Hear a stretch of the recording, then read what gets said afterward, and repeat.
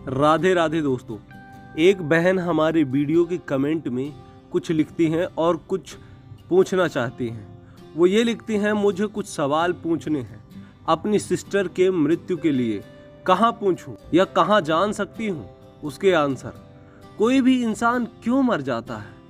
Body में हर चीज़ function कर रही है, बस एक सेकंड में सब फंक्शन बंद कैसे हो जाते हैं? आखिर कोई तो चीज़ होगी ना जो उसको दोबारा से फंक्शन करा सके। या कुछ हमसे गलती हो जाती है या डॉक्टर से, जिस वजह से बॉडी काम करना बंद कर देती है। मेरी सिस्टर की डेथ अचानक हुई। वो बीमार थी, ग्लूकोज चढ़ रहा था। उसको अगले दिन कोई इंजेक्शन लगना था जो डॉक्टर देना भूल गया था और काफ़ी लेट हो गया था। उसको हार्ट अटैक हुआ और वो चली गई और सिर्फ 19 साल की ही थी। इतनी सी छोटी उम्र में कैसे कोई जा सकता है? यूं तो ये सवाल छोटा सा है लेकिन बहुत बड़ा लगता है, क्योंकि ये सवाल हर किसी के मन में आता है कि आखिर इंसान क्यों मर जाता है? आखिर हर इंसान क्यों मरता है? पहले इतनी हट्टा कट्टा बॉडी बनाते हैं, जिम जाते हैं, जिंदगी भर मेहनत करते हैं कमाने के लिए, और फिर अचानक एक सेकंड भी नहीं लगते मरने के लिए। तो इसका जवाब भगवान कृष्ण ने गीता में बहुत ही शांत तरीके से, बहुत ही सुंदर तरीके से दिया है।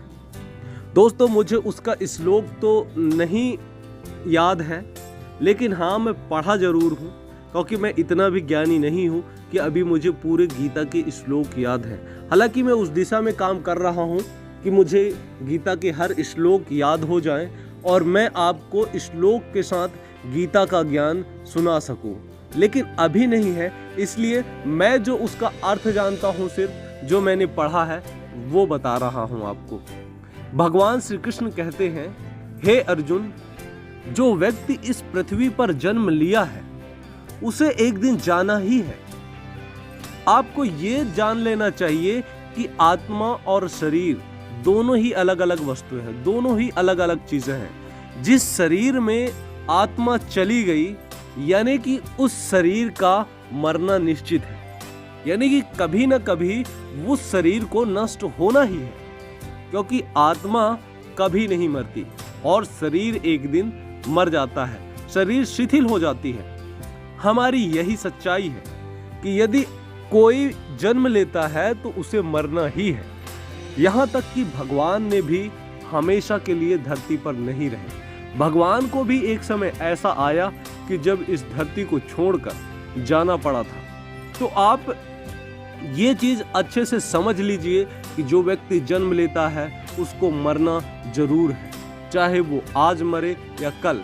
सभी को एक निश्चित वक्त डिसाइड होना है कि आपको क्या क्या करना है, आपको पृथ्वी पर कितने वक्त गुजारने हैं, क्या क्या कर्म आपको करना है। ये पुराने जन्मों से ही चला आता है। जो व्यक्ति अपने कर्मों का भार सर पे लादे होता है वो जरूर आता है, और जो अपने सारे कर्मों को भगवान के चरणों में न्यौछावर कर देता है, उनको समर्पित कर देता है, पूरी तरीके से भावना को अपने कंट्रोल में करके, पूरी तरीके से अपने सभी कामनाओं को वश में करके भगवान के चरणों में शुद्ध मन से उनके चरणों में जाता है, वो इंसान मुक्त हो जाता है। फिर उसे दुनिया में बार बार आने की आवश्यकता नहीं पड़ती। लेकिन जो इंसान मरते वक्त जिंदगी भर ये सोचता रहता है कि मैं ये नहीं कर पाया, मैं वो नहीं कर पाया, भगवान श्री कृष्ण कहते हैं कि जो इंसान अपने जिंदगी भर के उलझनों को सोचता रहता है, अपने परिवार के बारे में सोचता रहता है, वो ये सोचता है कि मुझे अभी इसके साथ ऐसा करना था, वो ये सोचता रहता है कि मुझे किसी के साथ दोस्ती निभानी, मुझे अपने लड़के की शादी करना था या मुझे लड़की की शादी करना था, मुझे बहुत धन प्राप्त करनी थी। वो जो भी इच्छाएं रखता है, उस इच्छाओं को पूर्ति करने के लिए वो इस दुनिया में फिर से जन्म लेता है, इस भौतिक संसार में फिर से जन्म लेता है। और भगवान उस आत्मा की मन को पूर्ति करने के लिए, उसकी इच्छा को पूर्ति करने के लिए इस भौतिक संसार में जन्म देते हैं और वो आता है और अपने उन इच्छाओं को पूर्ति करता है या उस जन्म में पूरा नहीं कर सकता तो फिर उसे और अगले जन्म लेने पड़ते हैं। वो जो भी इच्छाएं रखता है, यदि वो मरते समय कुत्ते, बिल्ली आदि जानवरों की यदि सोच रखता है तो हो सकता है कि वो उसी योनि में उसका जन्म मिल जाए। उसकी शरीर शिथिल हो जाएगी तो उसका मृत्यु होना निश्चित है और वो जिस स्थिति को, जिस सोच विचार के साथ वो अपनी शरीर को त्यागा होगा, वो आत्मा वो उसी शरीर में जाकर फिर से प्रवेश हो जाएगा। यानी कि ये निकल कर आता है कि हम चाहे जो भी हो, हमें ये शरीर त्यागना ही है और जैसे ही हम इस शरीर को त्यागते हैं हमें एक दूसरे शरीर में प्रवेश करना होता है। जिस तरीके से हम एक कपड़े को, गंदे कपड़े को उतार देते हैं और नए धुले साफ कपड़े को पहन लेते हैं, उसी प्रकार आत्मा जब हमारी शरीर शिथिल हो जाती है, वृद्ध हो जाती है, तो हमारी आत्मा उस शरीर को उतार कर फेंक देती है, यानी त्याग कर देती है और एक नया शरीर ढूंढता है और उस शरीर में प्रवेश करता है और यही चक्र चलता रहता है। लेकिन जो व्यक्ति अपने पूरे मनोभावनाओं को त्याग कर भगवान के चरणों में ध्यान लगाकर अपनी सारी कामनाओं को उनके चरणों में समर्पित कर देता है, वो व्यक्ति फिर दोबारा इस भौतिक जीवन में कभी जन्म नहीं लेता।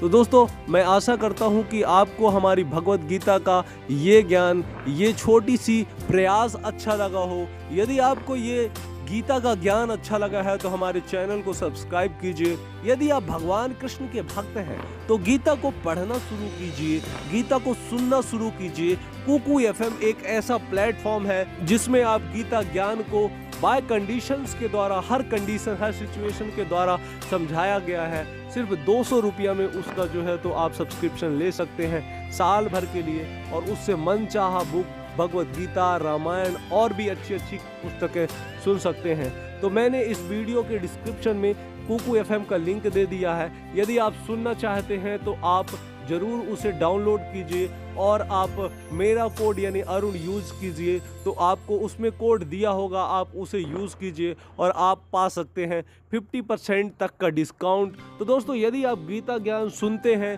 तो ज़रूर हमारे चैनल को सब्सक्राइब कीजिए, क्योंकि हम आपके लिए भगवत गीता की छोटी छोटी कहानियाँ, छोटे छोटे सिचुएशंस आपको लाते रहेंगे और हम कुछ दिन में ये भी कोशिश करेंगे कि हम श्लोक के द्वारा आपको एकदम आसान शब्दों में भगवत गीता समझाने की कोशिश करें। तो हमारे साथ जुड़े रहिएगा। आप सभी को बहुत बहुत नमस्कार। जय श्री कृष्णा, जय श्री राधे, जय श्री राम।